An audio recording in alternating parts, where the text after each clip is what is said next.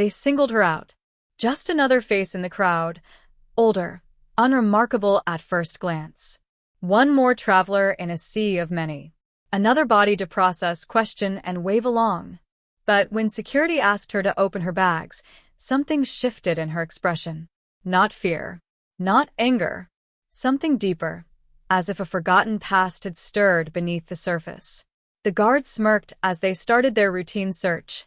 They had no idea this moment would stay with them far longer than they expected. Where in the world are you watching this from? If stories of quiet strength and hidden histories resonate with you, consider subscribing to support more content like this. Rain streaked down the tall windows of the government building, casting gray shadows across the waiting hall. The security lines snaked endlessly, a living monument to bureaucracy. She stood in it, straight back despite her 68 years. Silver hair tied neatly into a bun. Clothes plain but spotless. While others shifted with impatience or stared into their phones, she stood motionless. Eyes forward. Hands clasped. The checkpoint buzzed with the sharp tones of metal detectors, punctuated by the clipped commands of security officers. Officer Rustin, mid-30s, uniform stretched across a bulky frame, a permanent frown etched into his features, scanned the line. His gaze settled on her longer than it should have. Then he motioned her forward. ID, he barked, hand out. She handed it to him, an old government-issued card, its edges yellowed with age. He flipped it over, frowning. This is expired. She answered softly but clearly. The appointment letter said it would still be accepted. She presented a sealed letter, official-looking. He barely glanced at it before returning it. Purpose of visit? I have an appointment. For what? There was a pause. It's personal. That was all it took. Vague answers from an older woman with outdated credentials? Suspicion bloomed. While younger, louder travelers breezed through with quick scans and half-hearted checks. Officer Rustin narrowed in. He called over a colleague. Loritz, he said. Secondary screening. Officer Loritz, broad-shouldered with gray at his temples, approached with mirrored suspicion. Step aside, ma'am. She did so without hesitation.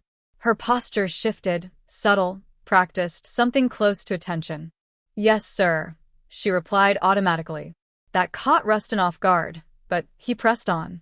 That bag, he pointed to a worn duffel, separate from her small rolling suitcase. Open it. May I request a private screening? She asked quietly. Rustin and Loritz exchanged glances. No, Rustin said. Open it here. The rain dripped from her coat as she stood before them, dignified, but you could feel her patience waning. Onlookers began to gather. Something about the scene drew attention, an elderly woman, being scrutinized far more than necessary. Is there a problem? She asked, her voice calm. That depends on what you're carrying, Rustin replied. She unzipped the bag, just partway. I would prefer privacy, she said again. And I'd prefer cooperation, Rustin snapped. We can do this here, or in a room with more questions. Your choice. Her eyes flickered, not in fear, but calculation, as if weighing variables. Then she stepped back. Very well. Rustin snapped on latex gloves with dramatic flourish. The snap echoed like a challenge. Phones appeared. Spectators filmed. She didn't react. One by one, her belongings were removed and laid bare. A bottle of prescription pills. A carefully wrapped photograph, left unopened. A worn copy of Tennyson's poems. None of it alarming. All of it treated carelessly. A quiet voice from the line whispered, "This feels wrong." But no one intervened. Then Rustin pulled out a small, ornate key. What's this? It opened something that should have stayed closed, she said, her voice distant. They laughed. Mocked. A letter. A medical file. A notebook marked with Dressenville Operation, 1976. Dres what? Loritz stumbled over the words. Your bridge club? Rustin sneered. She said nothing. This generation, Rustin said loudly, always thinks they're more important than they are. He dug deeper. A small box emerged. Inside, a metal pin. Military in design. Simple. Unmarked.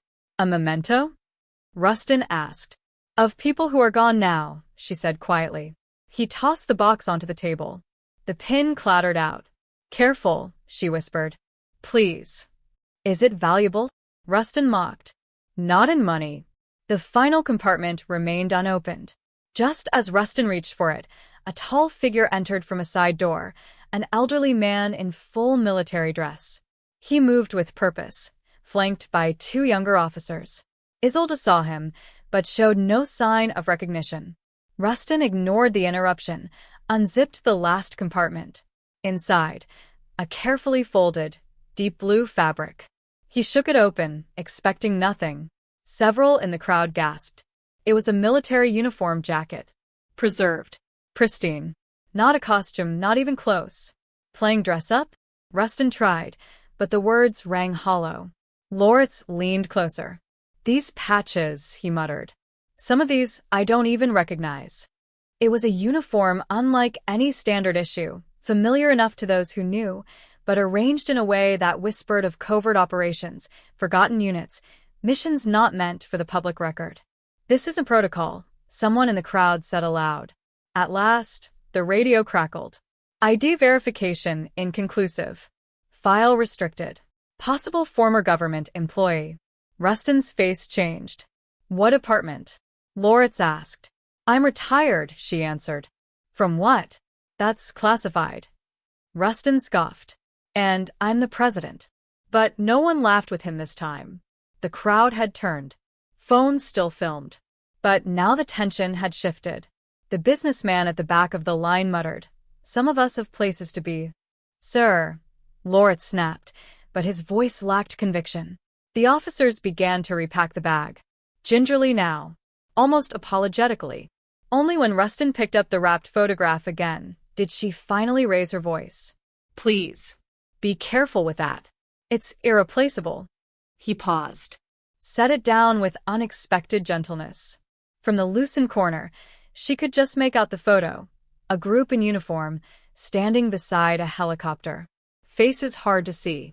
But she knew them all. She had seen worse. Done more than most would ever guess. They thought they were questioning an old woman with an expired ID. What they didn't know, what she never intended for them to find out, is that long before this moment, she had once stood at the edge of history and walked away, quietly, with secrets she would carry to her grave. That's not a costume, she said quietly, her eyes locked on the uniform in Officer Rustin's hand. Not anger, but something heavier. Grief. And pride. Rustin smirked. Secret agent grandma, huh? He turned the jacket like it was a prop. But the mood shifted. A woman in the crowd whispered, Those medals, they're real. Obscure. Specialized. Decorations awarded for missions no one talks about. Where did you get this? Lorette asked, more cautious now. It was issued to me, she replied. They checked the name tag. Thorne. Isolde M. Thorne. The service number matched her outdated ID. A man in the crowd stepped forward. That patch. I've only ever seen it in Cold War photos. Black ops stuff. Rustin bristled.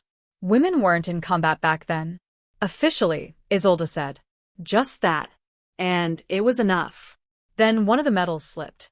Clattered to the floor. She flinched, the only time she showed emotion. She picked it up herself. Only 3 of us received this. I'm the last one left. Even Rustin was silent now. The tall officer who'd entered earlier approached. Stars on his shoulders. Medals of his own. His eyes went to the uniform, then to her. He saluted. Captain Thorne. It's been many years. She returned it without hesitation. General Crane, she said. 40 years, I believe. The crowd stirred. You know her? Lorette asked. Captain Thorne was one of the finest officers I ever served with, Crane said. Her file was declassified just last month. That's why we're here today.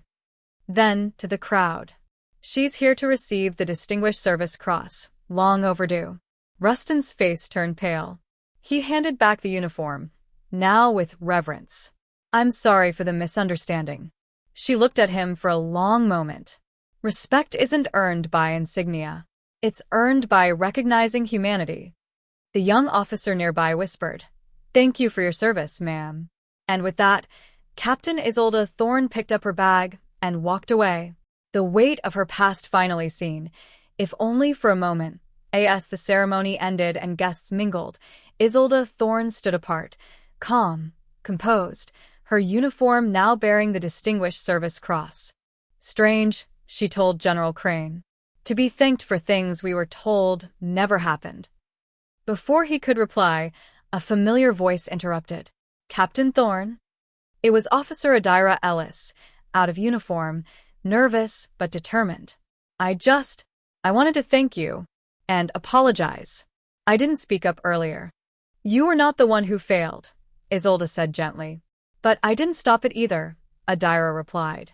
"And what you said about service happening when no one is watching, I haven't stopped thinking about it." Isolde studied her.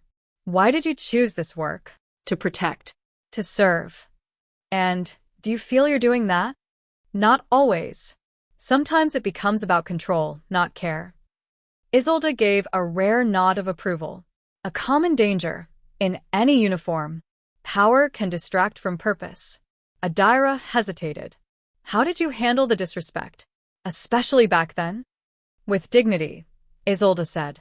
"Not because I always felt it, but because it denies others the power to diminish you." Then she added, "People will judge what they see. Your job is to know your own worth, even when no one else does." Adira whispered, "Thank you for your service and for your wisdom." Later, as Isolde left the building, the rain had cleared. Outside, Adira was waiting in civilian clothes. "I hope this isn't inappropriate," she said. "But may I walk with you? I have more to ask. About service. About meaning." Isolde looked at her for a long moment, then nodded. They walked on, the older woman sharing not classified details, but the quiet truths of duty, of dignity, and the courage to stay human in a world that forgets how. Behind them, the checkpoint kept processing names and faces, never knowing who is who, and why respect should never wait for a medal.